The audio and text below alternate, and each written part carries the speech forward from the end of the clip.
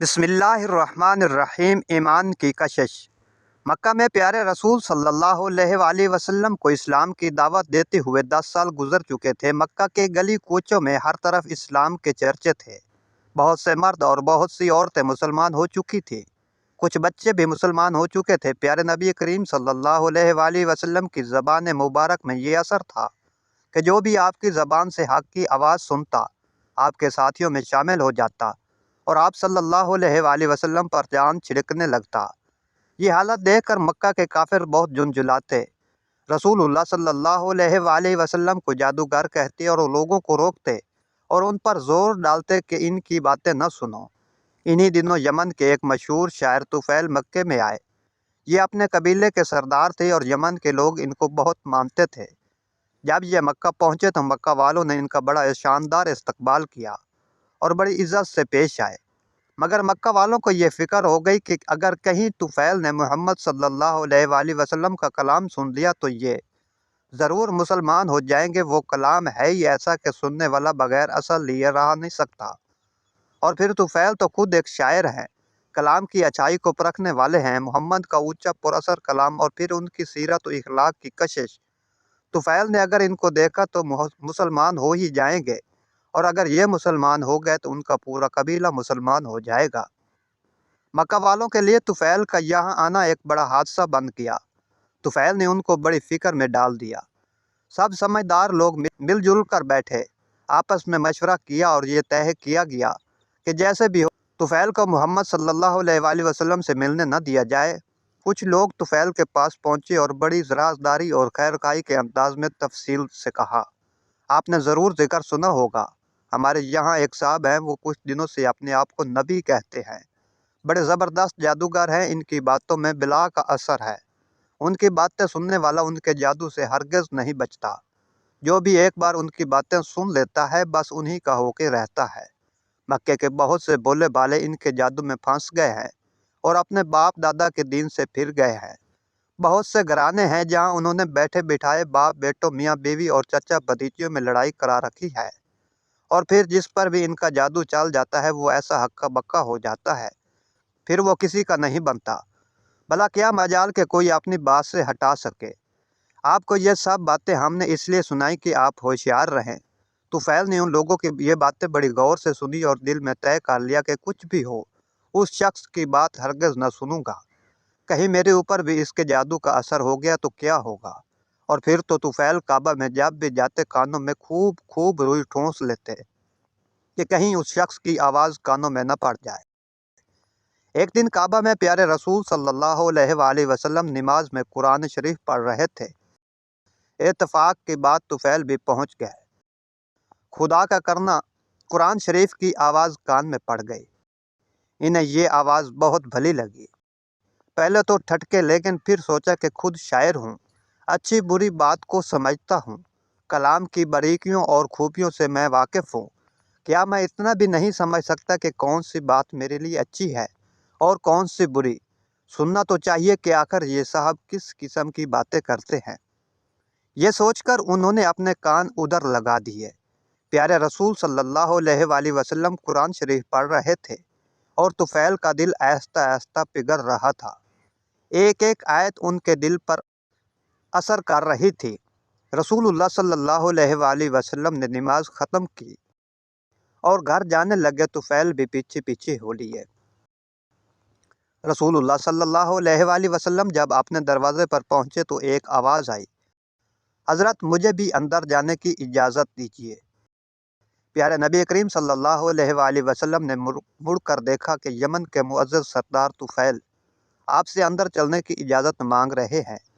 رسول اللہ صلی اللہ علیہ وآلہ وسلم عزت سے انہیں گھر کے اندر لے گئے، اپنے پاس بٹھایا اور آنے کی وجہ پوچھی۔ طفیل نے اپنی پوری آپ بیتی سنائی۔ پیارے نبی کریم صلی اللہ علیہ وآلہ وسلم نے بڑی دل جوئی سے طفیل کی آپ بیتی سنی۔ پھر طفیل نے کہا حضور مجھے اپنی کچھ باتیں سنائیے۔ رسول اللہ صلی اللہ علیہ وآلہ وسلم نے قرآن کی چند اثر بھری آیتیں پڑھ کر سنائیں۔ طفیل بڑے غور سے قرآن کی آیتیں سن رہے تھے اور انہیں ایسا معلوم ہو رہا تھا کہ دل کی سیاہی دھل رہی ہے، غفلت کے پردے اٹھ رہے ہیں اور حقیقت کا جمال ان کی آنکھوں کو روشن کر رہا ہے۔ جب پیارے رسول صلی اللہ علیہ وآلہ وسلم تلاوت فرما چکے تو طفیل نے کہنا شروع کیا، اس خدا کی قسم جس نے مجھے پیدا کیا، میں نے عرب کا ایک سے ایک اچھا کلام سنا، مگر آج تک ایسا اونچا مؤثر اور پاکیزہ کلام بھی نہیں سنا۔ یہ کلام تو سراسر ہدایت ہے، سراسر نور ہے، سراسر انصاف ہے۔ اس سے منہ موڑنا ہدایت سے منہ موڑنا ہے۔ خدا کی قسم یہ کسی انسان کا کلام نہیں ہے، یہ انسان کے پیدا کرنے والے خدا کا کلام ہے۔ طفیل کہے جا رہے تھے اور رسول اللہ صلی اللہ علیہ وآلہ وسلم کا دل ان کی ہدایت پر باغ باغ ہو رہا تھا۔ پھر آپ صلی اللہ علیہ وآلہ وسلم نے طفیل کو اسلام کا کلمہ پڑھایا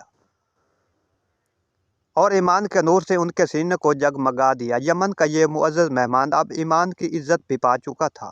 مکہ میں داخلے کے وقت صرف دنیا کی عزت حاصل تھی، اب اسے دین کی عزت بھی حاصل ہو گئی۔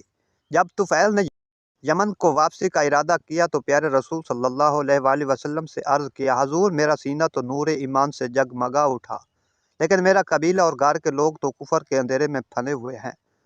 یا رسول اللہ صلی اللہ علیہ وآلہ وسلم دعا فرما دیجئے کہ اللہ تعالیٰ انہیں بھی ایمان کی دولت بخشے۔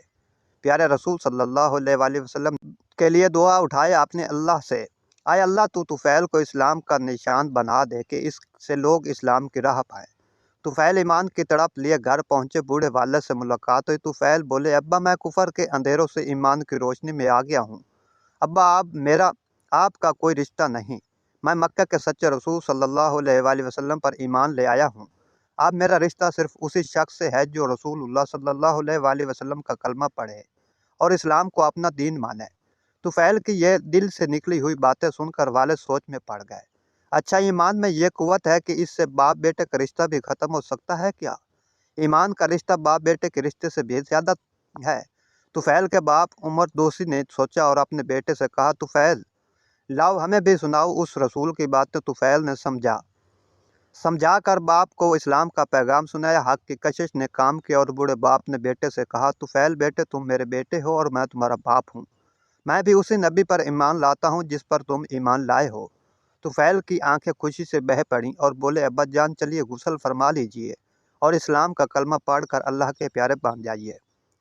عمر دوسی نے غسل کیا، کلمہ شہادت پڑھا اور اسلام کی دولت سے مالا مال ہو گئے۔ باپ کے باپ محبت کرنے والی بیوی سے ملاقات ہوئی۔ بیوی کو دیکھ کر طفیل کی آنکھوں میں محبت کے آنسو آ گئے، مگر وہ فوری ہی سنبھلے اور بیوی سے کہا، پیاری بیوی اب ہمارا تمہارا کیا رشتہ، میں تو مکہ والے نبی پر ایمان لا چکا ہوں اور تم ایمان کی روشنی سے محروم ہو، میں اسلام کی روشنی میں چل رہا ہوں اور تم کفر کے اندھیروں میں بھٹک رہی ہو۔ ایمان اور کفر کا کیا ساتھ، میرا رشتہ تو صرف ان لوگوں سے ہے جو اس خدا کی بندگی کریں جس کا کوئی شریک نہیں، اور اس رسول پر ایمان لائیں جسے خدا نے ہمارے ہدایت کے لیے بھیجا ہے۔ طفیل کی اثر بری تقریر سن کر بیوی کے دل کے دروازے بھی کھل گئے۔